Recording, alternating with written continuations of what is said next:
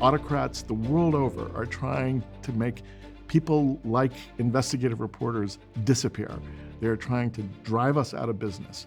They are jailing us, they're exiling us, they're doing everything they possibly can so that we don't do the essential work of holding power to account. And that's what the investigative reporting program is all about. I wanted to try something radical, and that is if we gave our students the chance to actually conceive of and execute their own investigative reporting, could our students actually rapidly accelerate their development as investigative reporters? These journalists coming out of the IRP are needed more than ever in this moment.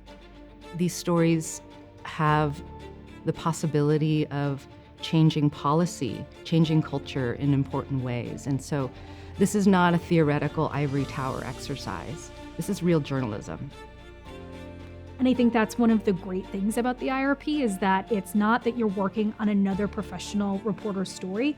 You're the reporter. You are the one who's doing the interviews. You're the one who's doing the requests for records. You're the one who's writing the story. And the IRP said, here's resources, here's time, here's mentorship. Go and do this work. When it comes to reporting, really what it's about is leveraging the massive amounts of digital data, the digital footprints that we create every day, that businesses create, that government entities create. And I think what we are teaching here at Berkeley is tools, techniques, but really a mindset and a methodology for thinking about data and thinking about how to access data and how to use data to tell stories. Of course, I did not imagine I would produce a front page New York Times story, maybe ever. Certainly not, a couple months after finishing journalism school. It felt really special that that was possible and that I had so many people here who wanted to support me, wanted to help me get the story out there, wanted to get it into an outlet where it would be read by people, and really just believed in the journalism and the story from the beginning.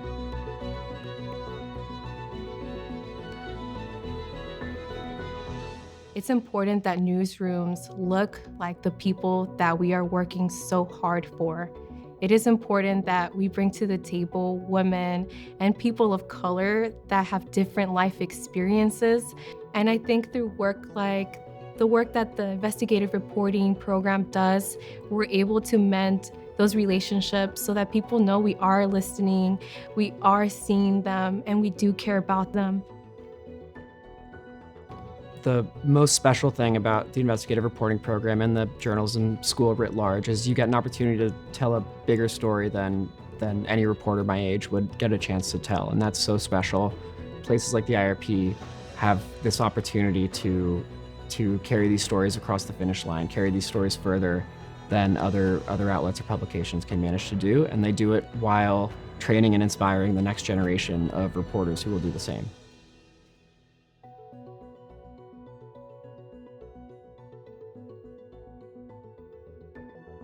I started looking into a company called Lexipol. They're a massive national organization that writes policy manuals for police agencies across the United States.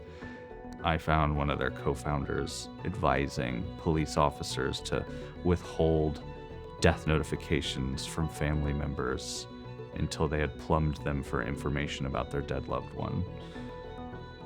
Seeing these families band together to make changes to the law to prevent families from having to go through this again, that's exactly why I do this work. It's the best reward that I could possibly ask for.